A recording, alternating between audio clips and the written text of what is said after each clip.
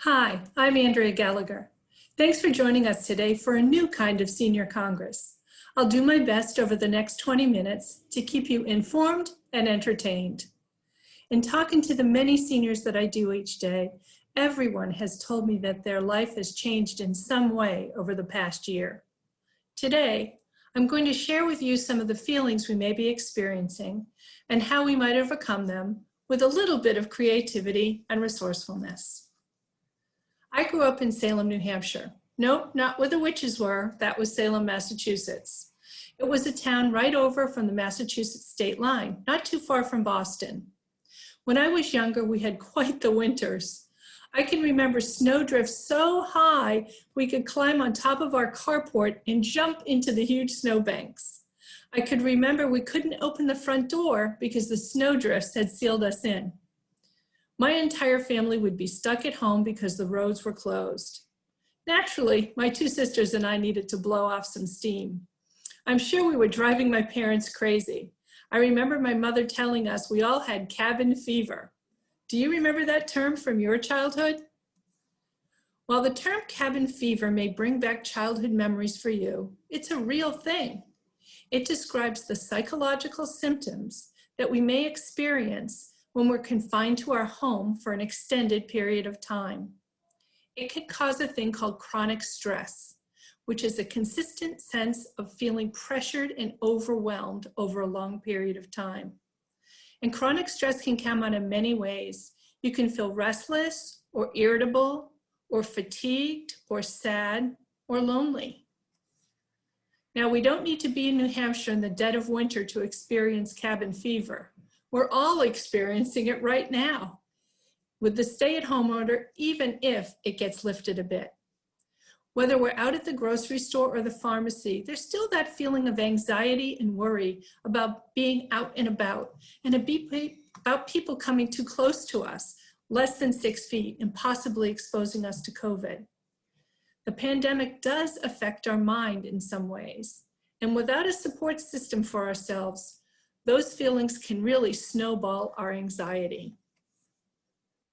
According to AARP, today there are over 8 million older adults impacted by social isolation and chronic stress. At Senior Concerns, we're hearing a number of signs from seniors here locally. Friends are telling me about their insomnia or their headaches, their upset stomachs, their tooth fractures, their back pain, flare-ups of their autoimmune disorders, as well as shingles. I want to tell you a little bit about how chronic stress has affected me. When I'm stressed, my hair falls out. The last time I was at my hairdresser, she remarked how thin my hair was. Now, I have artfully arranged my hair today, so it should look pretty good. But if you were with me right now, I would show you my bald spots. Chronic stress is real, and it can affect us in physical ways that we might not even recognize. Social isolation is a key factor in chronic stress. It can also affect us cognitively. We know this from studies where astronauts are alone in space, or workers that are solo working on an Antarctic research station. In 1972, a French scientist named Michel Siffre, that's him on the left, conducted the longest self-isolation experiment in history. He was alone in a Texas cave for 6 months without human contact. He documented his thoughts during the experiment. After 2 months, he noted that he could barely string thoughts together. By the 5-month mark, he was so desperate for company that he tried to befriend a mouse. Did anyone ever see the movie Castaway, where Tom Hanks befriended that volleyball and named it Wilson? Same thing. The good news is there's plenty we can do to counteract the negative effects of social isolation. The first is to get yourself out of the house. Be with nature if you can. Try to establish a routine and set some goals for yourself. Sticking to them will build your self-confidence.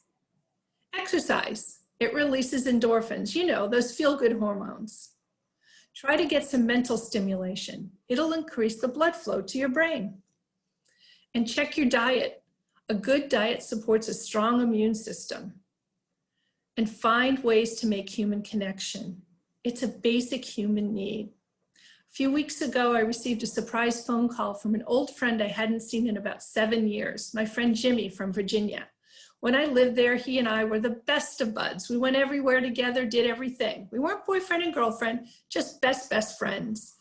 And so when he called me and we started a conversation, it was like I had seen him yesterday.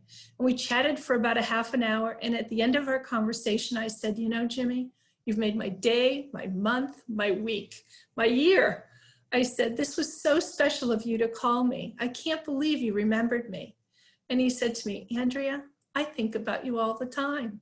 And it just made my day. We all need that. So let's start with something that might be easily available, and that's to take a walk with a friend. Even socially distanced and with masks, just taking a walk in the park can provide a literal and figurative breath of fresh air. Look at the trees and the plants. Check the squirrels. Listen to the sound of the birds. Mary Davis, who's an author and a spiritualist, says, to walk in nature is to witness 1,000 miracles.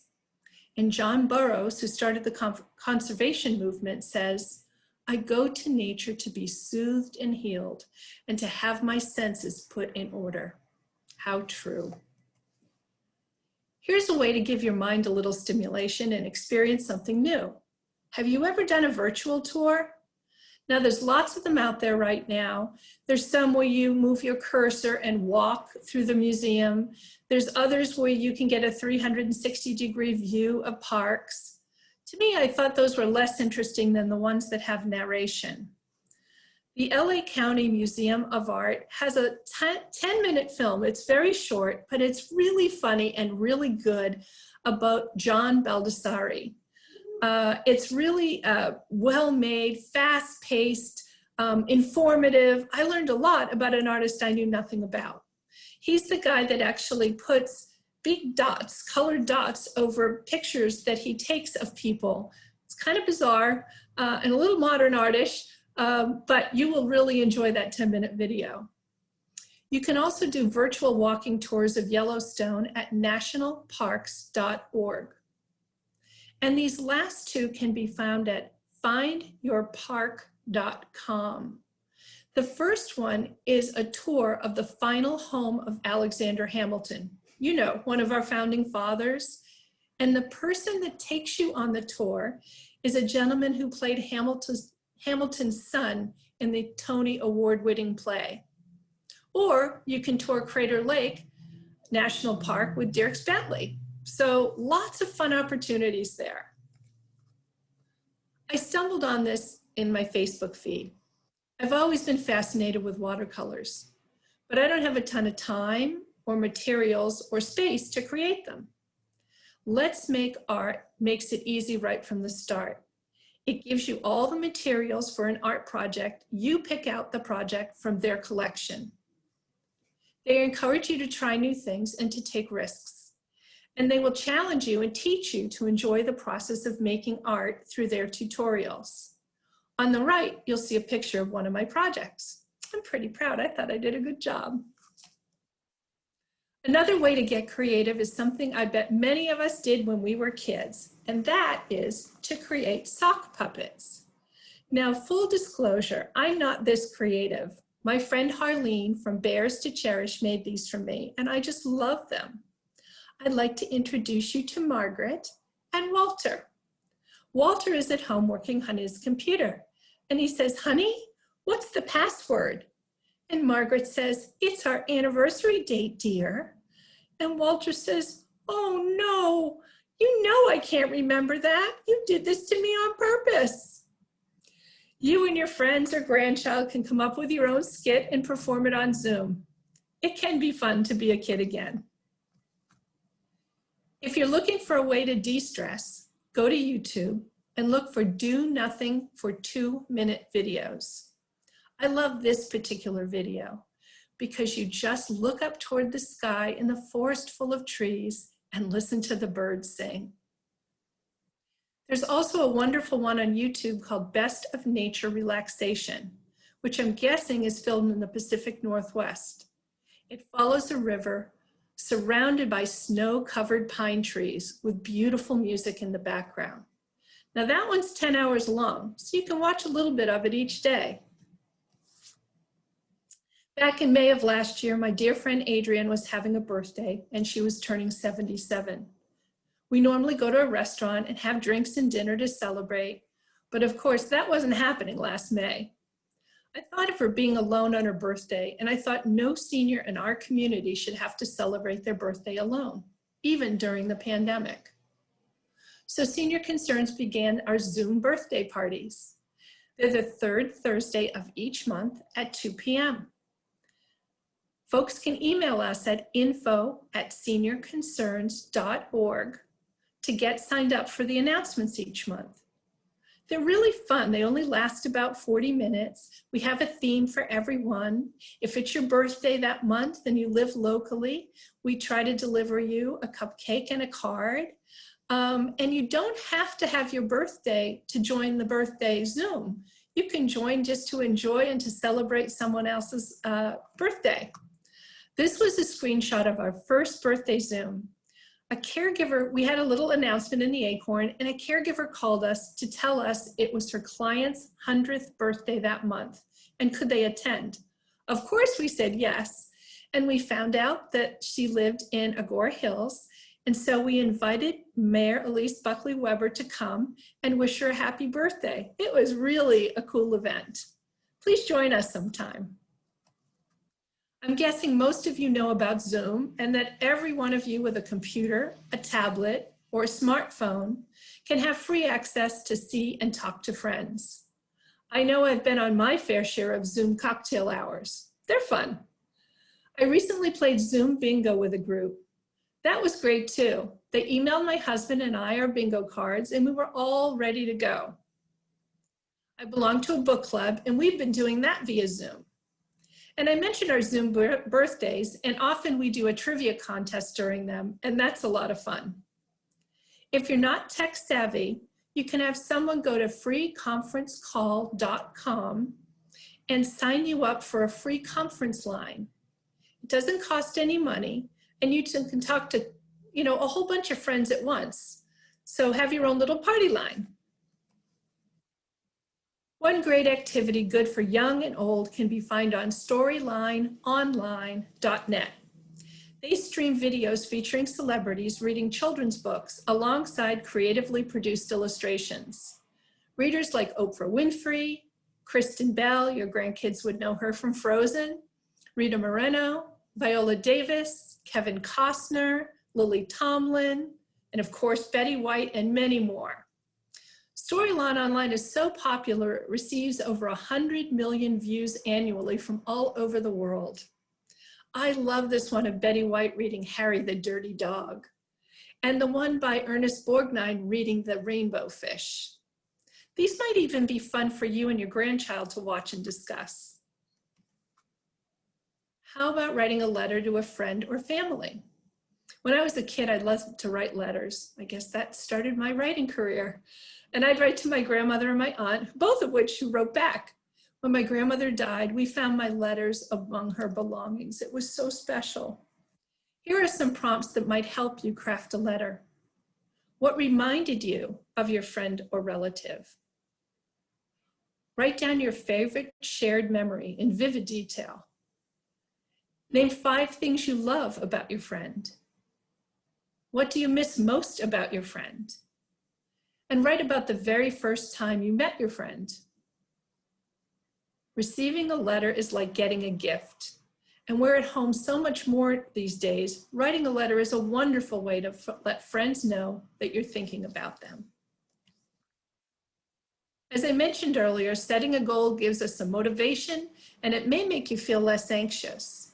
I know when I'm working on a goal, I always feel such a sense of accomplishment. Here are some ideas for a to-do list. Organize your closets.